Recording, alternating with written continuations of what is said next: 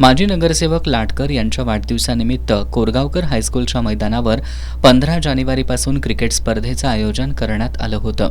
या क्रिकेट स्पर्धेमध्ये 15हून अधिक संघ सहभागी झाले होते। माजी नगरसेवक लाटकर यांच्या हस्ते आज या स्पर्धेतील अंतिम सामन्याची सुरुवात करण्यात आली।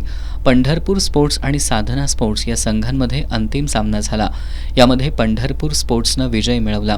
विजेत्या संघाला 51,121 रुपये आणि चषक, तर उपविजेत्या संघाला 21,121 रुपये आणि चषक, त्याचबरोबर तृतीय क्रमांकावरील YR स्पोर्ट्स कसबा बावडा आणि उत्तेजनार्थ YB स्पोर्ट्स कसबा बावडा या संघांना 5,000 रुपये आणि चषक अशी बक्षिसं देण्यात येणार आहेत।